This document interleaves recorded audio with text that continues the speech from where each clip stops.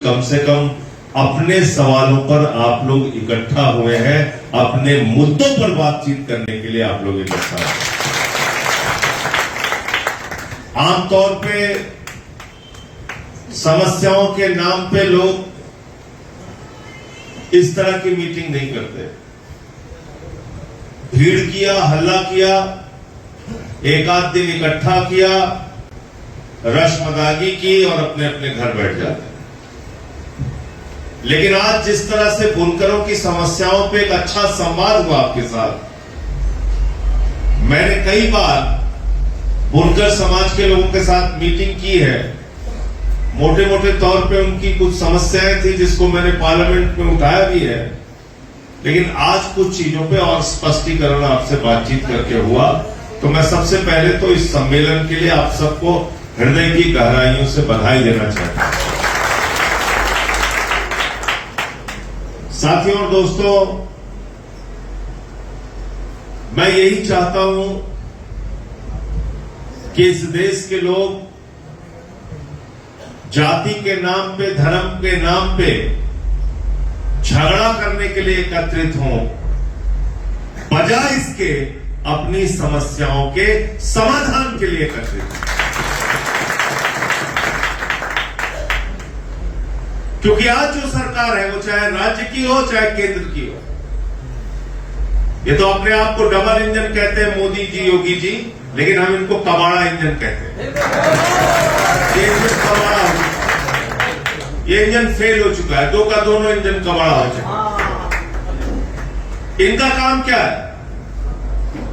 कभी भी रोजगार पे बात नहीं करेंगे, किसान को गन्ने का मूल्य कैसे मिले उसके बारे में बात नहीं करेंगे, आपके बच्चों को अच्छे स्कूल में शिक्षा कैसे मिले उसके लिए बात नहीं करेंगे, आपके अस्पताल कैसे अच्छे हो, वहां की बदहाली कैसे दूर हो, इस पे बात नहीं करेंगे।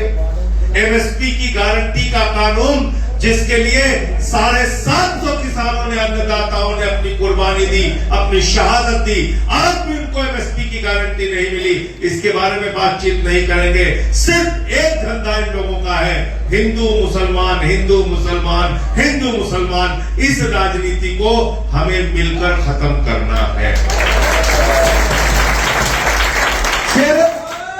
क्योंकि जब तक आप इसको नहीं करेंगे, जब तक आप इस काम को नहीं करेंगे, तब तक आपकी मुद्दों पर बातचीत नहीं हो सकती। क्योंकि लोगों के दिमाग में तो खून भर दिया, उनका दिमाग तो यही व्हाट्सएप में जो झूठा प्रचार चल रहा है यही खा रहा। दिन रात मुसलमानों के खिलाफ जहर फैलाओ और जातियों के खिलाफ जहर फैलाओ। कोई बोले तो उसके घर पे एफआईआर कर दो, उसके घर पे पुलिस भेज दो, उसको पकड़ के जेल में डाल दो। ज्यादा बोले तो बुलडोजर चला दो, ठीक है। यही हो रहा है। जो राष्ट्रीय स्तर पर बोले उनको भी जेल में डालो। अरविंद केजरीवाल को पकड़ के जेल में डाल दिया, मनीष सिसोदिया को जेल में डाल दिया, सत्येंद्र जैन को जेल में डाल दिया, मुझे 6 महीने जेल में डाल दिया। और जेल में डालने के पीछे का मकसद क्या था? कि संजय सिंह चुप हो जाए, खामोश हो जाए, डर जाए। मैंने कहा डरता तो सिर्फ ईश्वर से हूं, किसी से डरता नहीं। डराने की कोशिश मत करना, डराने की कोशिश मत करना। मुझे एक सज्जन एक दिन समझाने लगे, बोले व्यक्तिगत मत बोला करो, मैं उनका नाम नहीं लूं।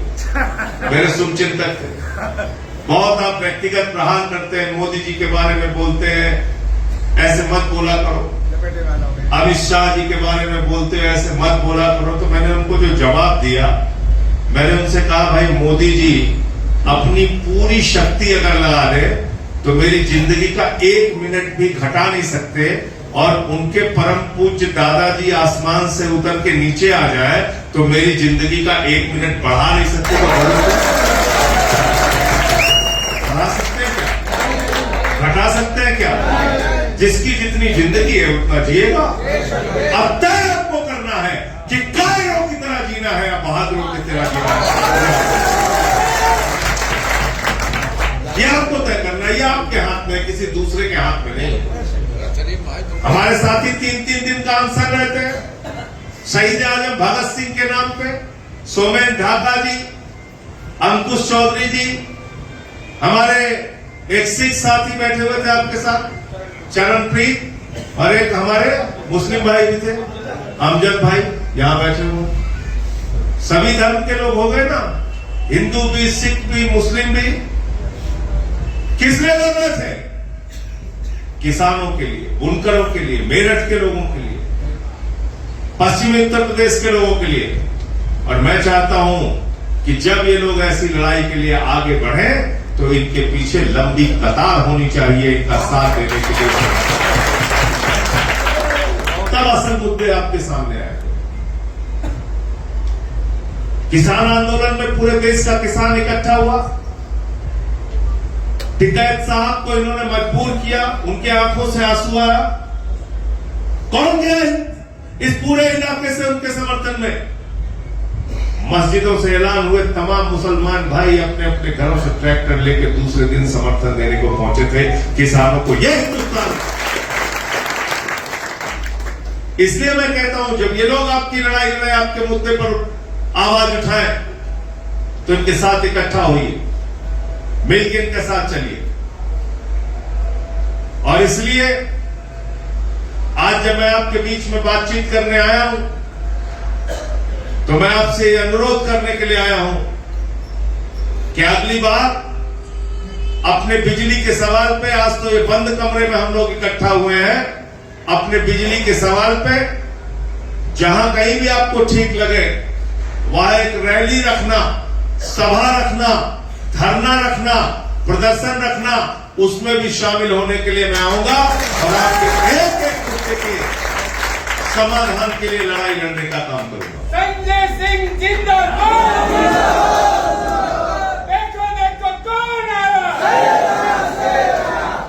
और मैं इस बात की झूठी गारंटी तो आपको नहीं दे सकता कि मैं इसका समाधान कर दूंगा, क्योंकि सत्ता तो मेरे हाथ में है नहीं। लेकिन इस बात की 100% गारंटी दे सकता हूं कि आपके मुद्दे को पूरी मजबूती के साथ सड़क से लेकर संसद तक उठाने का काम करूंगा। उसमें कोई बेईमानी आप मुझसे नहीं पाएंगे, उसमें आप मुझसे कोई बेईमानी नहीं पाएंगे, उसमें 100% खरा उतरूंगा। कई बार मुद्दों का समाधान होता है, कई बार वक्त लगता है, और वक्त लगता है इसका मतलब ये नहीं कि कोशिश नहीं करनी चाहिए। एक दीवार को तोड़ने में आपको 100 हथौड़े मारने पड़ सकते हैं। एक दो दीवार तब टूटती है जब उस पर 100 हथौड़े चलाए जाएं। आपको 100वां हथौड़ा दिखता है कि दीवार पे 100वां हथौड़ा पड़ा और दीवार टूट गई, लेकिन इसका मतलब ये नहीं कि 99 हथौड़े जो उसके पहले पड़े थे उसका कोई योगदान नहीं था। उस दीवार को तोड़ने में 99 हथौड़ों का योगदान था, उसके बाद वो 100वें हथौड़े पे दीवार टूट गई। इसलिए आपको आवाज तो उठानी पड़ेगी, हिम्मत तो करनी पड़ेगी। कितनी जायज मांगे आपकी? बिजली के फ्लैट रेट से संबंधी, आपके अपने रोजगार से संबंधी, आपके बिजली का बिल कैसे बढ़ाया जाता है उससे संबंधी, कैसे आपको फर्जी बिजली का बिल देके आपको परेशान किया जाता है उससे संबंधित। तो ये तो एक जायज लड़ाई है।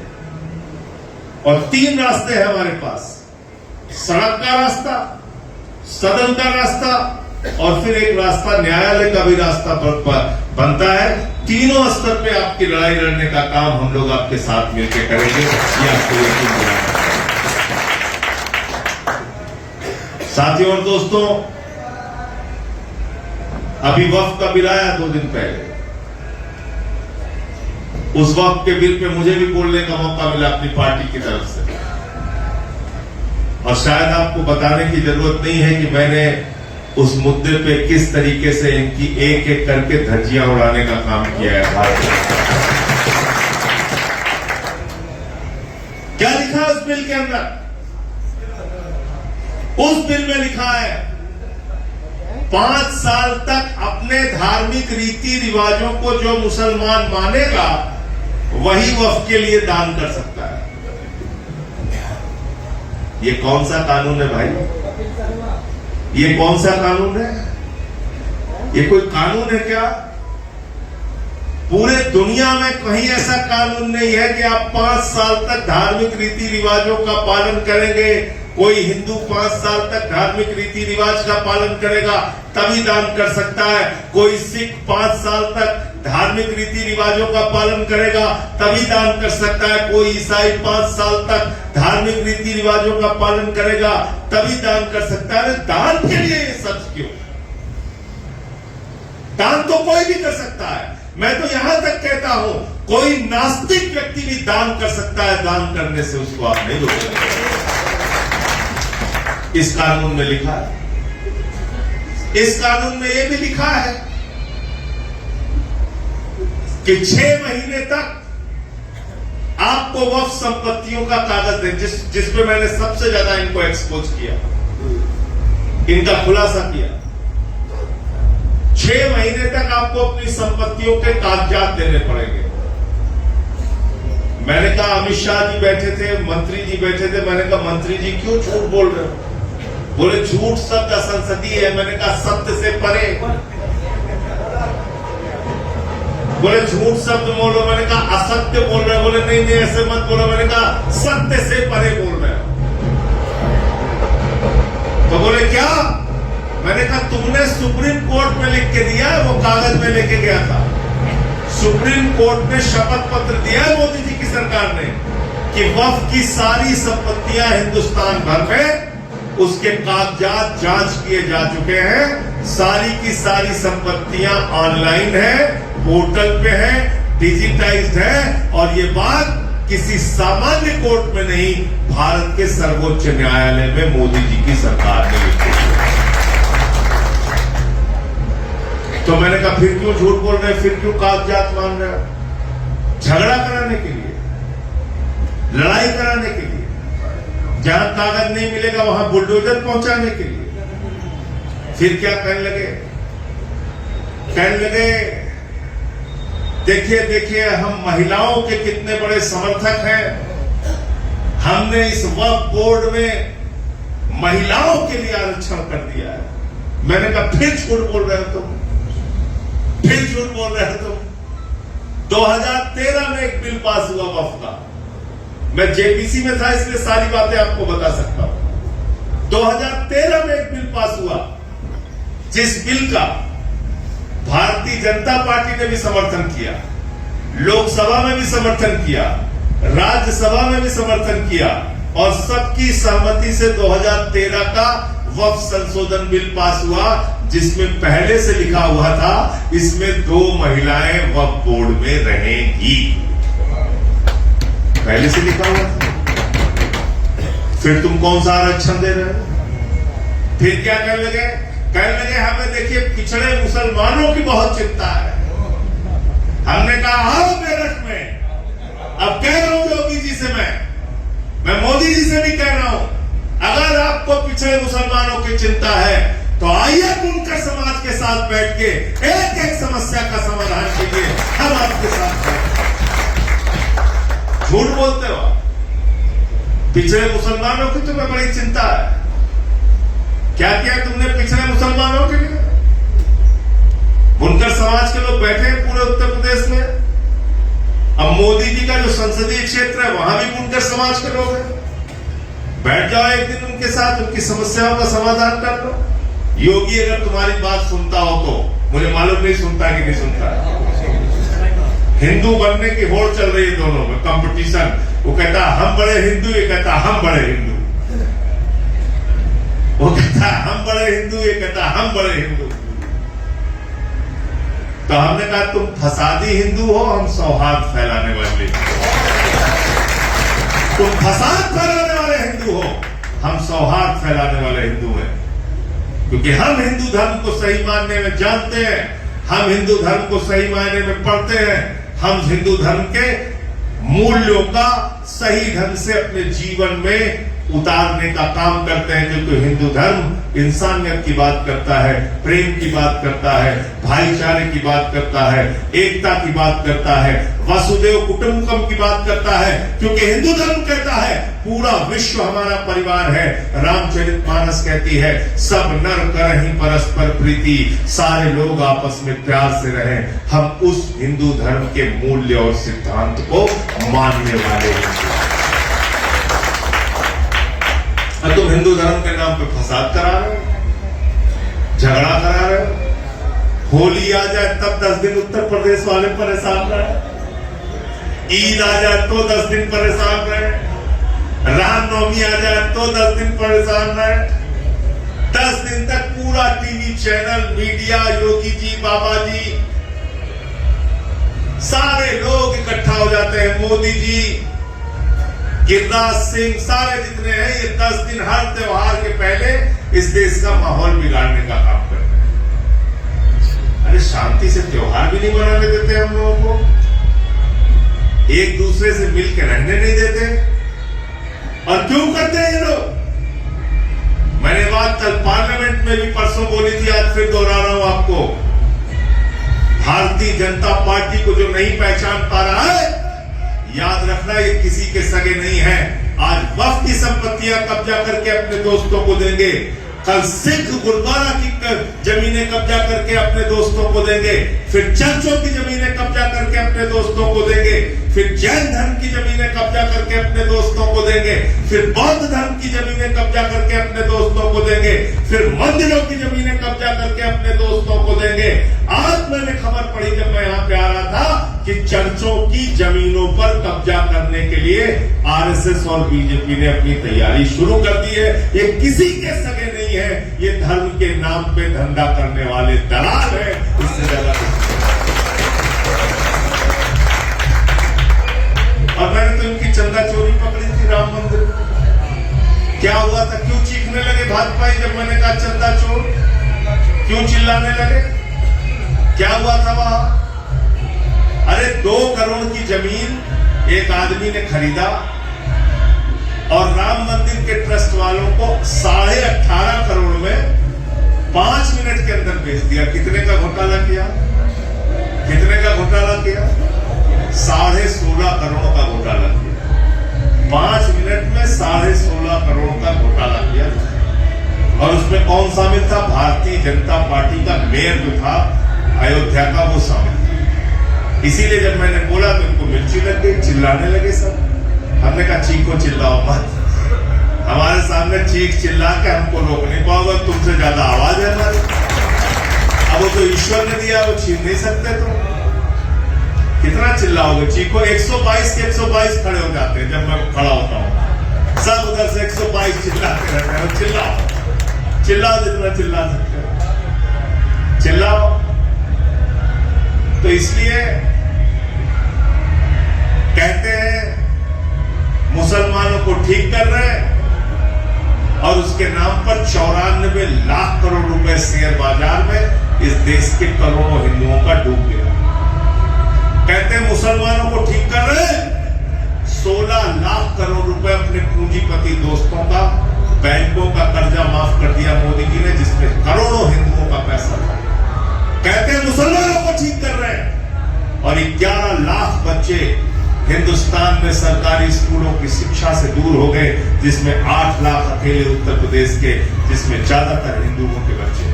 कहते हैं मुसलमानों को ठीक कर रहे हैं, लेकिन इस देश के अस्पताल अगर बर्बाद होते हैं, नफरत की बुनियाद पर दुनिया का कोई मुल्क आगे नहीं बढ़ा। कोई भी मुल्क दुनिया का नफरत की बुनियाद पे आगे नहीं बढ़ा। इसलिए हमको भाईचारे के साथ, एकता के साथ इसको आगे बढ़ाना है और समस्याओं पे इकट्ठा होइए। उससे भाजपाई परेशान होते हैं, उससे इनका हिंदू मुस्लिम का एजेंडा पीछे होता है। जैसे बुनकर के सवाल है, किसान के सवाल है, इसमें सारे लोग इकट्ठा होइए। रोजगार के सवाल है, अस्पताल के सवाल है, बिजली के सवाल है, उससे ये परेशान होते हैं। उससे लगता है कह रहे अब तो लोग अपने बिजली के सवाल पे इकट्ठा हो रहे हैं, पानी के सवाल पे इकट्ठा हो रहे हैं, सड़कों के सवाल पे इकट्ठा हो रहे हैं। तो उस पर इकट्ठा होइए, एक साथ आइए और जब अगला कोई कार्यक्रम बने तो उसमें बड़ी संख्या में लोगों को इकट्ठा करके हम लोग इस पर चाहे कोई धरने का कार्यक्रम रखें, कोई घेराव का कार्यक्रम रखें और उसके बाद इनसे तब बातचीत की जाएगी। बाकी मैं फिर दोहरा रहा हूं कि सड़क पर भी आपके साथ हूं, सदन में भी आपके साथ हूं और हाई कोर्ट सुप्रीम कोर्ट में भी आपका मुद्दा अगर ले जाना होगा तो उसमें भी आपके साथ खड़ा हूं। बहुत